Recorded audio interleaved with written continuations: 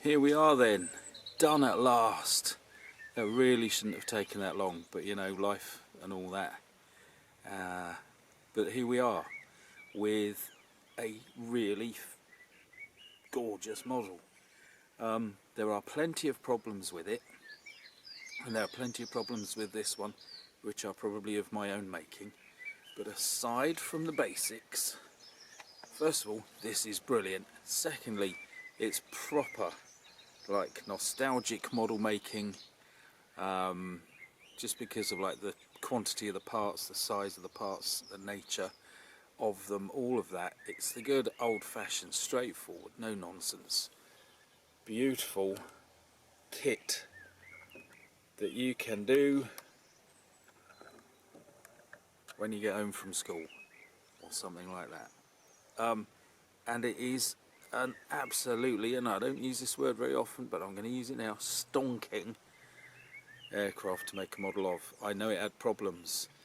What was it, the burning coffin they used to call it, because it's got paired engines and they didn't synchronise well, and friction and heating and all of that, and it burst into flames. It was not loved and it was not particularly highly respected, but it is a hell of a thing.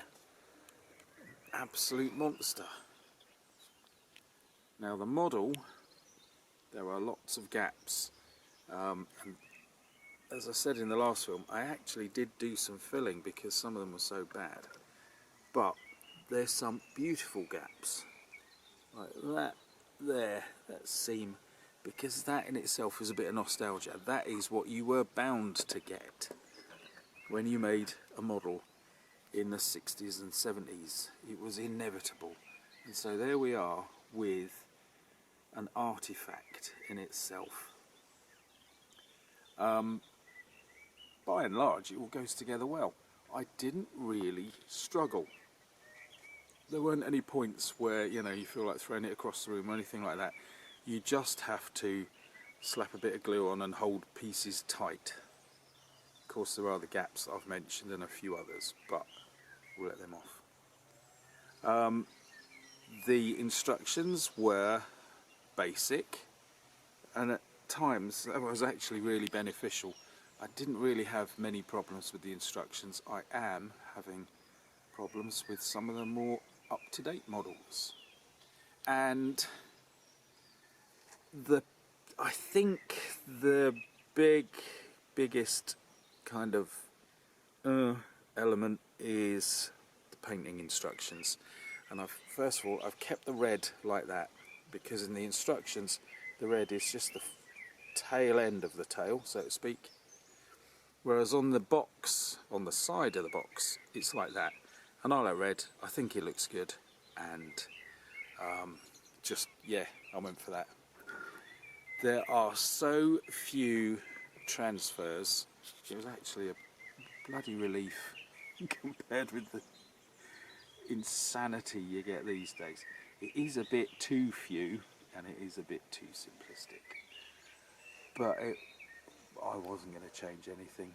I breathed a sigh of relief and thought, this is going to be pleasure, leisure, beautiful. Now if it hadn't been for the broken propeller blade, I would say, you know, it would probably have gone quicker, and it was perfect and immaculate. It's not Airfix's fault that somebody in the last 50 years or so broke and lost a propeller blade. So this is our aircraft. Now what I might do another day is take some photographs of it in black and white, just to get a bit of an impression. I think I might do a bit more of that and see what we make of it. My big problem also is that I lost the Bombay doors. Now I didn't, Mini Meltdown did, and I know that they will resurface one day. So I haven't quite got it the way I initially planned, but the thing that I like about it is now, as you see on the box art. So Bombay doors shut and glider bombs in place. Of course, I have got this. Can we see that? No. I have got the entry hatch with ladder, so it wouldn't be flying. But this is your kind of...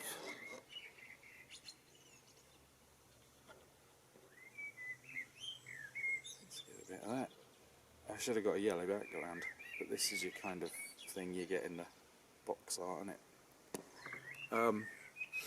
I was happy to go a bit sloppy with the weathering, and I'm not quite sure why. It's just the mood I was in, and I hammered the underside. Is the light with us? Just. But I'm okay with that.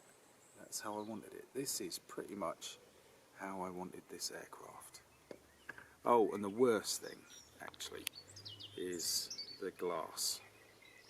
Just, they don't have anything in common, really. The basic form is a little bit out, but apart from that, we'll let it off its hold.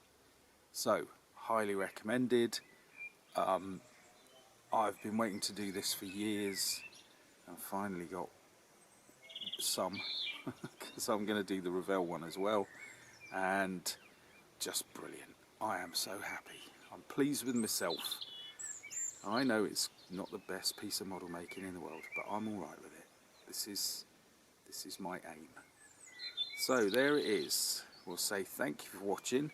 See you again soon, and in a little while I'll make the other one. Oh, and I'll do some black and white photographs. So, cheers.